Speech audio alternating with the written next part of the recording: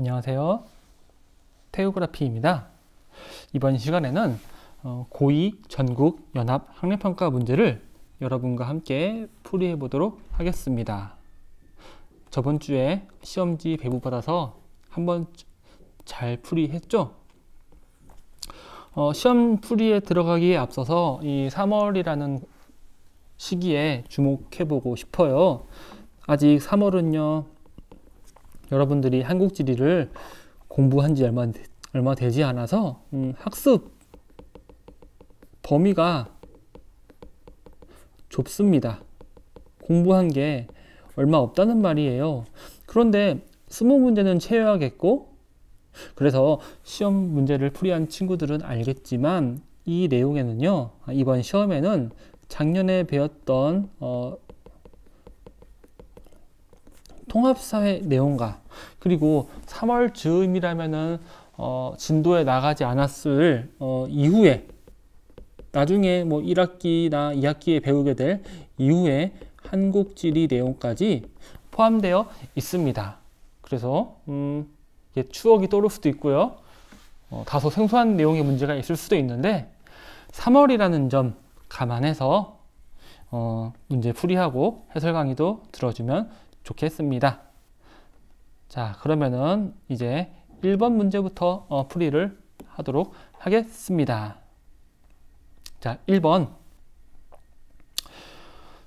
방금 단양의 고수동굴, 그리고 종유석, 이 두 부분은요, 우리가 아직 공부하지 않았습니다. 그런데 이 제주도, 그리고 주상절리, 요 두 부분은요, 우리가 작년에 통합사회 시간에 공부를 했죠. 선생님이 가르쳤던 기억이 분명히 있거든요. 그리고 우리가 선생님이 여러분들과 함께 제작했던 수학여행 영상에서 이 주상절리가 어떻게 만들어지는지를 함께 공부했던 기억이 있습니다. 그러면은 지문을 확인해 보겠습니다. 기억. 기반함이 현무암으로 이루어져 있다. 그렇죠. 기반함이 현무암으로 이루어졌다. 이 설명은 바로 주상절리에 대한 설명입니다. 니은번, 용암이 식으면서 수축되어 형성된다. 이 설명 또한 주상절리에 대한 설명입니다. 디귿번, 세계자연유산으로 등재된 곳이다. 이 설명 또한 제주도와 주상절리에 대한 설명이죠. 디귿번이니까요, 여기로 가겠죠. 디귿번. 자, 그리고 리을번, 다각형의 기둥 모양으로 쪼개져 있다. 이것은 주상절리에 대한 설명입니다. 그림이 뭐 나와 있지 않은데 이렇게 완벽한 모양의 형태로 쪼개지는 것은 아니지만, 주상절리는 그렇죠, 현무암, 용암이 식으면서 이렇게 수축하는 과정에서 다각형의 모양으로 쪼개진 돌 모양의 기둥을 의미하죠. 그래서 정답은 몇 번일까요? 바로 디귿번, 리을번, 5번입니다.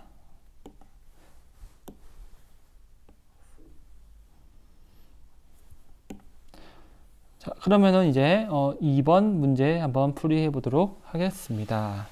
이 2번 내용을 우리가 직접적으로 공부하지는 않았지만 이 내용은 약간 국어 문제 같아요. 문장을 잘 읽고 의미를 파악하면 쉽게 정답을 찾을 수 있습니다. 자, 지리적 표시제입니다.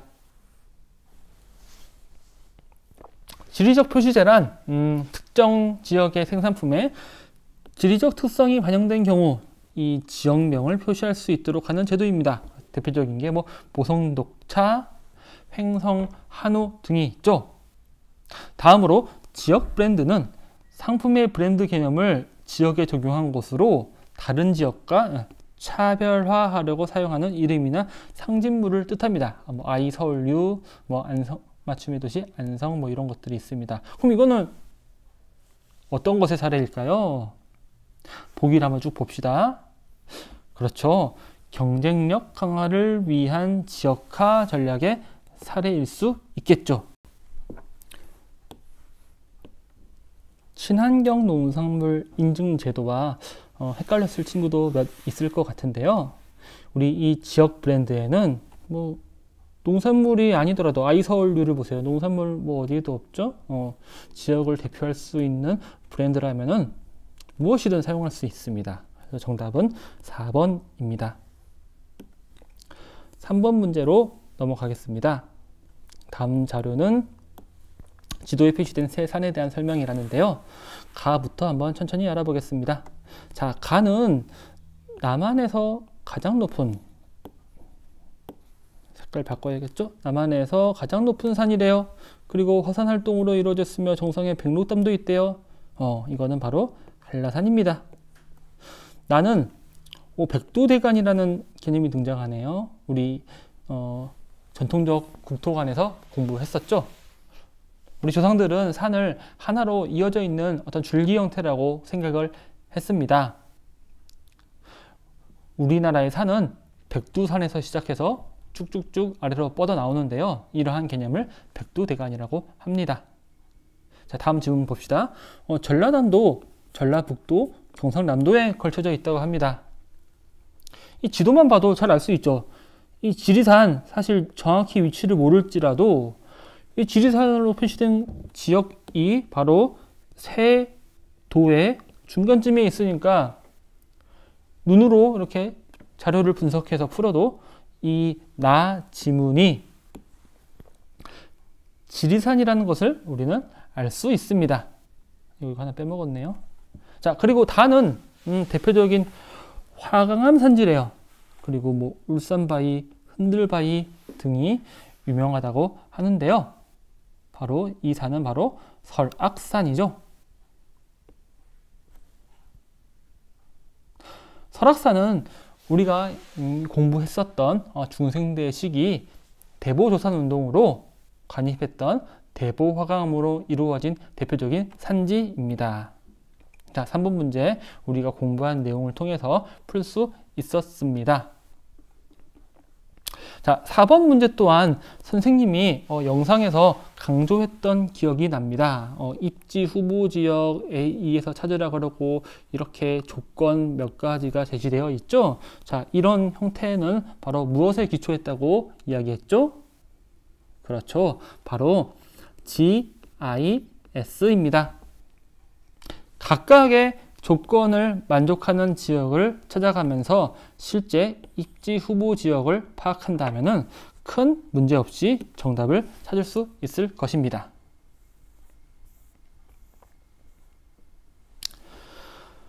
자, 5번 문제 이제 풀이하도록 하겠습니다. 자, 5번 문제도 선생님이랑 같이 이 통합사회 시간에 조금 공부했던 것 같아요. 한번 지문을 봅시다. 봤더니 평균 표충 수온이 상승했대요. 또 수온이 또 상승했고 그래서 아열대 어종의 출현이 늘고 있다네요. 바로 이 지문은 기후변화, 그 중에서도 지구온난화를 설명하고 있는 것 같습니다. 그러면 예상되는 변화 한번 살펴볼까요? 1번, 하천의 결빙일수가 감소할까요? 그죠? 하천이 얼어있는 날이 지구온난화가 가속화되면 감소하겠죠? 그래서 정답은 1번입니다. 자, 그러면 오답도 한번 체크해 봅시다. 단풍의 시작 시기, 여러분, 단풍은 날씨가 추워지면 오잖아요. 그러니까 지구온난화가 가속화되면 단풍의 시작 시기가 늦어지겠죠.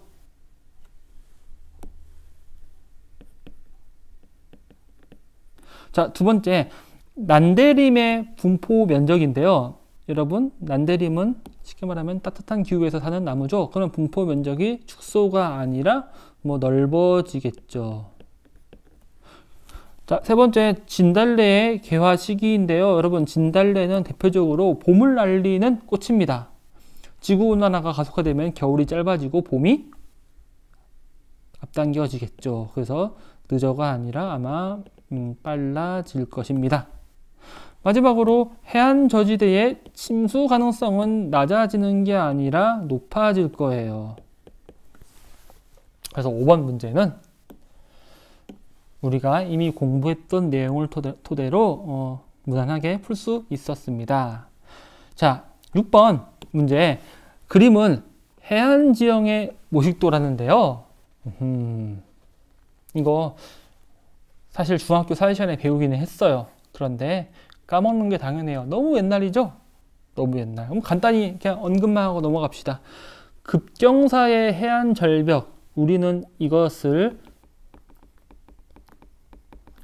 해식해라고 공부했었습니다. 뭐 몰라도 됩니다. 이제 알면 되니까요. 모래가 쌓인 해안을 뭐 사빈 이렇게 공부했던 것 같고요. 그리고 하천 및 바다와 연결된 호수. 이거는 선생님이 영상에서 잠깐 언급했습니다. 잠깐. 후빈기 해수면 상승으로 특히 이 동해안 지역에 호수가 많이 발달했다고 했죠. 이게 바로 석호입니다. D. 암석 해안에 형성된 동굴. 이거를 우리는 해식동이라 불렀고요.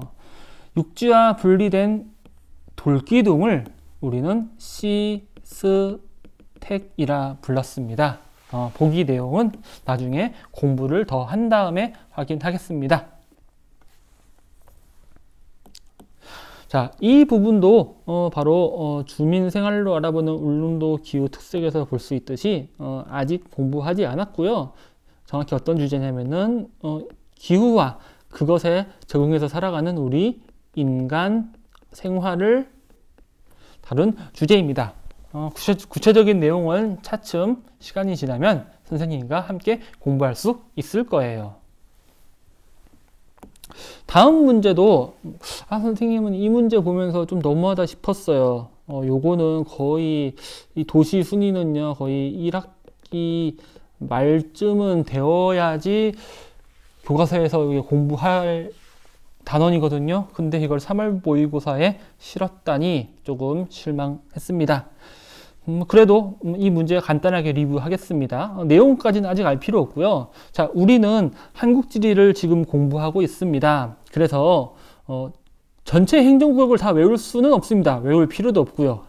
하지만 우리는 지리를 공부하고 있기 때문에 우리 주요 도시의 위치 정도는 파악해야지 기출문제를 풀이할 때 우리가 도움을 받을 수 있습니다. 이것도 나중에 선생님이 기출문제를 쭉 정리해서 여러분이 꼭 알아야 될 행정구역을 출연해서 알려주도록 하겠습니다. 일단 문제에서 봅시다.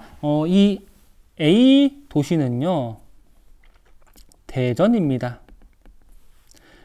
B는요 대구이고요.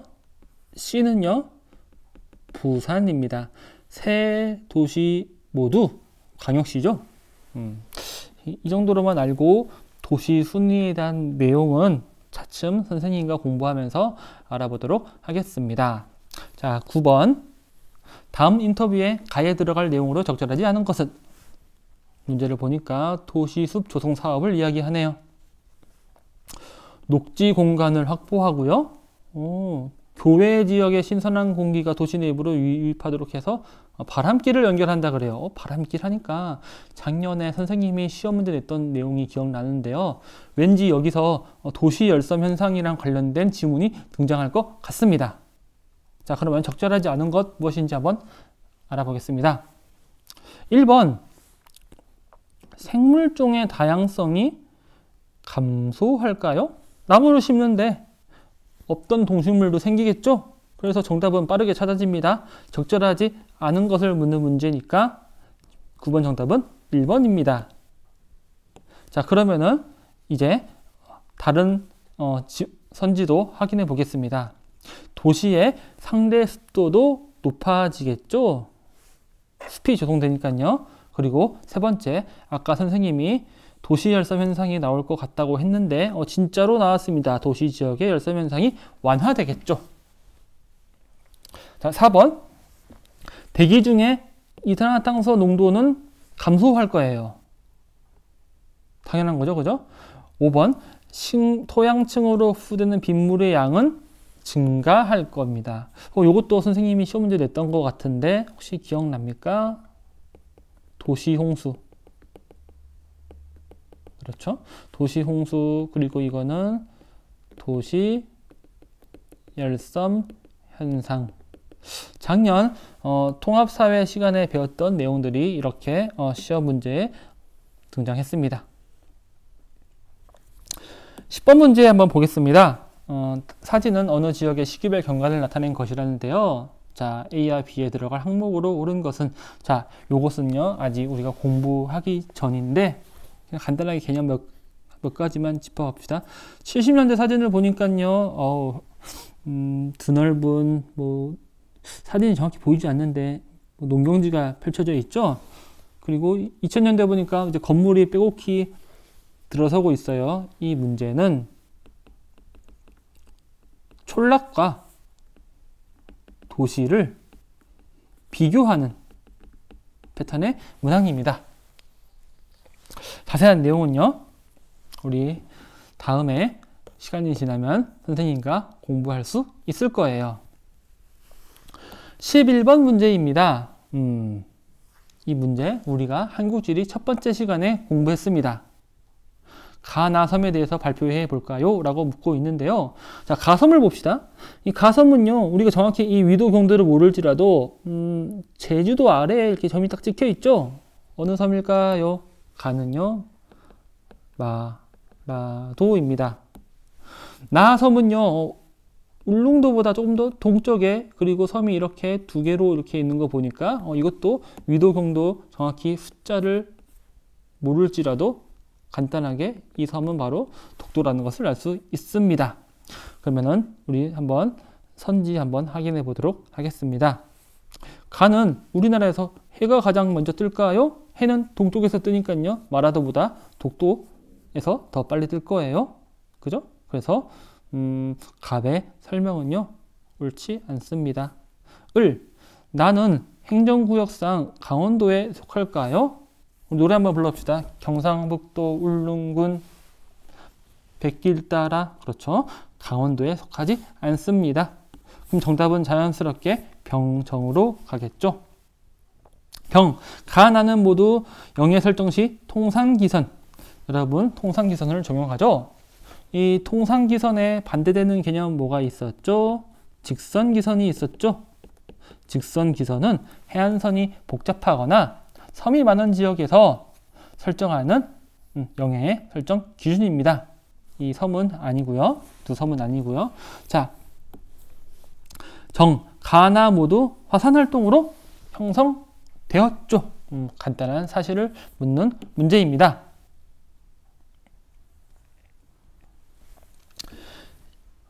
12번은요.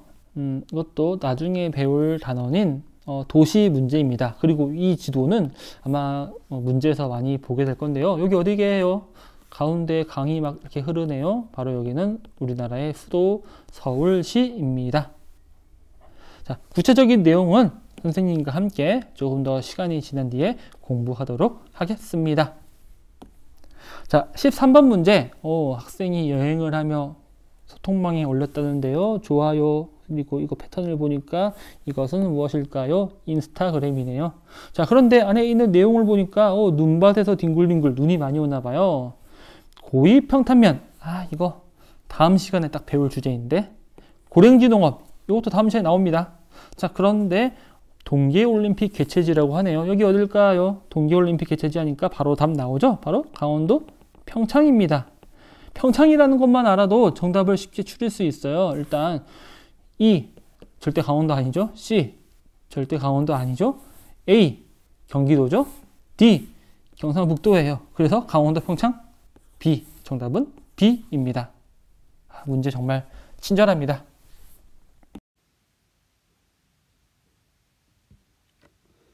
자, 이제 14번 문제 보겠습니다. 14번 문제는요, 이 교통수단에 대한 문제인데요. 이것도 나중에 자세하게 배울 거예요. 뭐 지하철, 해운, 여기 있구나. 도로, 철도, 항공 등 각각의 교통수단의 특징에 대해서 공부를 해보도록 하겠습니다. 일단 지금 우리가 공부한 범위를 벗어나기 때문에 넘어갈게요.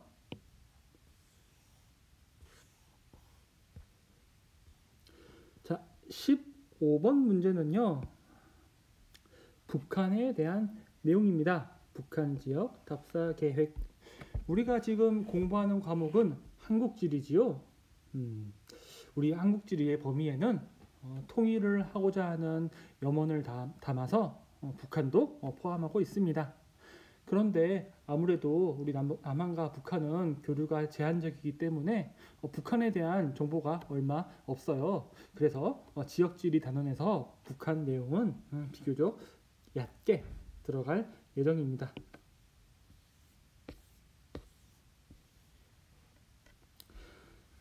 16번 문제입니다. 다음 자료의 가나에 대한 설명인데, 가는 지진 아니면 태풍이래요. 이 부분은 선생님이 작년 통합사회 시간에 시험으로도 출제했던 내용이죠. 통합사회 복습.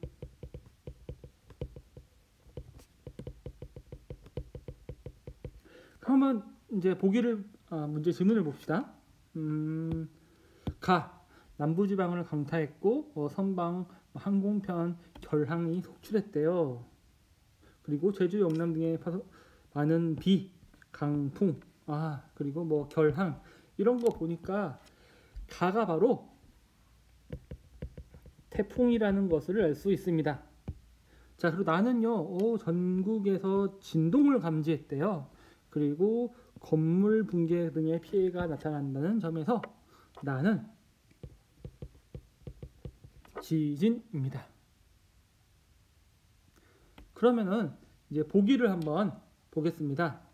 자, 1번 태풍은 열대지역 바다에서 발생하여 고緯도로 이동하죠. 맞는 설명입니다. 지진은 내진 설계를 통해 피해를 줄일 수 있죠. 비교적 최근까지만 해도 우리가 사는 한반도는 지진에서 자유로운 곳이라고 여겨졌어요. 많은 대중들에게요.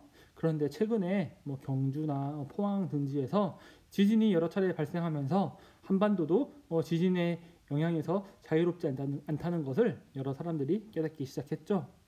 지금보다 더 강력한 내진 설계가 요구되고 있습니다. 자, 3번 지진은 태풍보다 여름철에 집중적으로 발생한다. 여름철에 집중적으로 발생한다는 것은 태풍이죠. 그리고 지진은 지금의 과학기술로는 언제 발생할지 우리가 정확히 알 수가 없습니다. 자, 즉 태풍과 지진은 모두 산사태를 유발하죠. 태풍은 강풍과 그리고 많은 비를 동반하기 때문에 때론 산사태를 일으키기도 합니다. 특히 인간의 개입으로 인해서 산지의 나무들이 훼손되면 이 나무 뿌리가 토양을 붙잡아주는 역할을 하는데, 나무 뿌리가 많이 없어진다면요, 물기를 머금은 토양이 그 무게를 이기지 못하고 스르륵 내려오겠죠. 바로 산사태입니다. 그리고 지진 또한 집안을 아주 크게 흔들어 놓기 때문에 산사태를 유발할 수 있습니다. 자, 태풍은 기후적 요인, 지진은 지형적 요인에 의해서 발생하죠.